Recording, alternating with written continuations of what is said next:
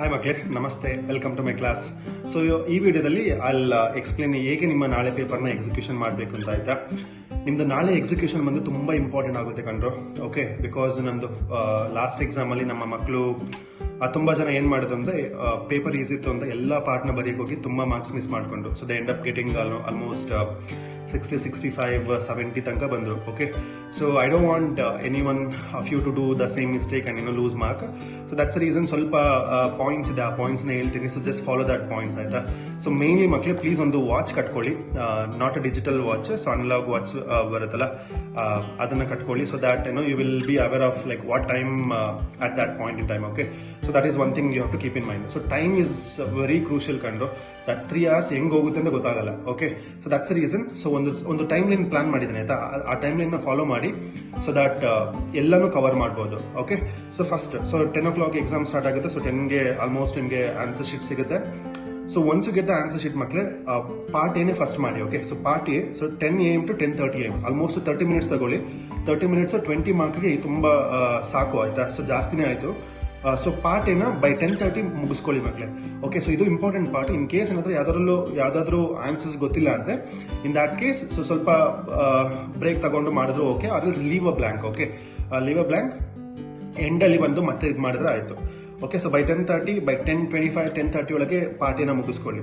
Next 10:30ಗೆ part 2 marks start ಮಾಡಬೇಕು. Okay, ಹೆಂಗಾದ್ರೂ ಮಾಡ್ಬೋದು. So this is my analysis. Okay, so just if you want to follow it, you just follow it. So 10:30ಗೆ ಬಂದು 10:30 to 11 o'clock, so almost 30 minutes ಟೈಮಲ್ಲಿ ನೀವು 2 ಮಾರ್ಕ್ಸ್ನ solve ಮಾಡೋದಕ್ಕೆ try ಮಾಡಿ. So 30 minutes actually too much, ಇದು ಅವಶ್ಯಕತೆ ಇಲ್ಲ, but just ನಿಮಗೆ ಕ್ಲಿಯರ್ ಆಗೋದಕ್ಕೆ. So 30 minutes enough. ಸೊ 6ಗಿಂತ ಜಾಸ್ತಿ ಬರಿಬೇಡಿ ಇನ್ ದ ಬಿಗಿನಿಂಗ್. ಓಕೆ, ನಿಮ್ಗೆ ಏನಾದರೂ ಕ್ಲಿಯರ್ ಇಲ್ಲ ಅಂದರೆ ಇನ್ ದ್ಯಾಟ್ ಕೇಸ್ ನೋಡೋಣ, but don't right anything extra in the beginning ಮಕ್ಕಳೇ. ಓಕೆ, ಸೊ ನೀವು ಇಲ್ಲಿ ಎಕ್ಸ್ಟ್ರಾ ಬರೆಯೋಕೆ ಹೋಗಿ ಏನಾದರೂ ಪಾರ್ಟ್ ಇಲ್ಲಿ ಮಾರ್ಕ್ಸ್ ಹೋದರೆ ದೆನ್ ಸುಮ್ಮನೆ ವೇಸ್ಟ್ ಆಗುತ್ತಾನೆ. That's reason. ನೆಕ್ಸ್ಟ್, ಸೊ 11 o'clockಗೆ 2 ಮಾರ್ಕ್ಸ್ ಮುಗಿದೋಗುತ್ತೆ. 11 to 11:40 ಮಕ್ಕಳೇ, 11:35 ಸಾಕು. 11:35 is enough.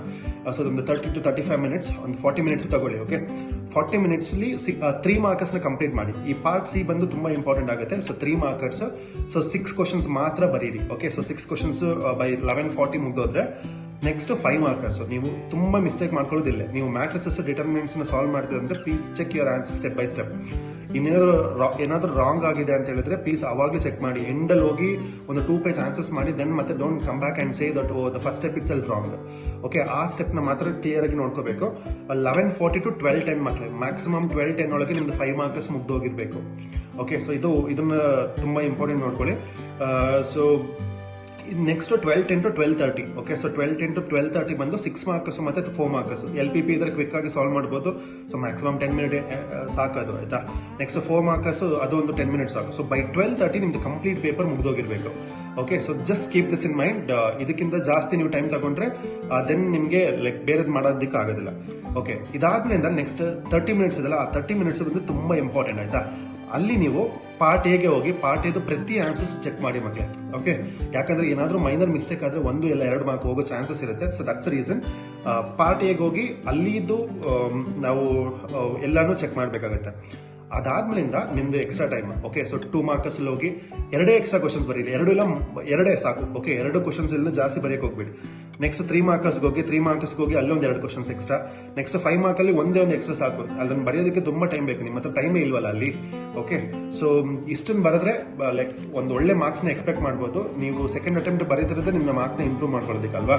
Okay, so don't stress yourself ಮಕ್ಕಳೇ.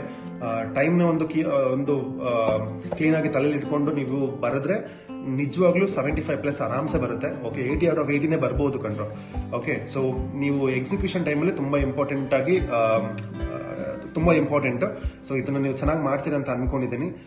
ಇದೊಂದು ಪಾರ್ಟ್ನ ನೀವು ಚೆನ್ನಾಗಿ ಮಾಡಿದ್ರೆ ದೆನ್ ಥರ್ಡ್ ಎಕ್ಸಾಮ್ಗೆ ಹೋಗೋ ಅವಶ್ಯಕತೆ ಇರಲ್ಲ. I don't want anybody to take up this third exam ಮಕ್ಕಳೇ. ಥರ್ಡ್ ಎಕ್ಸಾಮ್ ಅವಶ್ಯಕತೆನೇ ಇಲ್ಲ ನಿಮಗೆ. ಓಕೆ, ಸೊ CETಗೂ ನಿಮ್ಮದು ಈ ಮಾರ್ಕ್ ಬರೋದ್ರಿಂದಾಗಿ so focus more on tomorrow's exam. I hope ಎಲ್ಲ ಒಳ್ಳೇದೇ ಆಗುತ್ತೆ ಅಂತ. ಸೊ ನಾನು ಮೊದಲೇ ಹೇಳ್ದಂಗೆ, so just come out of your examination hall with a big smile. That's it ಕಂಡ್ರು. ಸೊ ಆಲ್ ದ ಬೆಸ್ಟ್ ಮಕ್ಕಳೇ. So do well. So once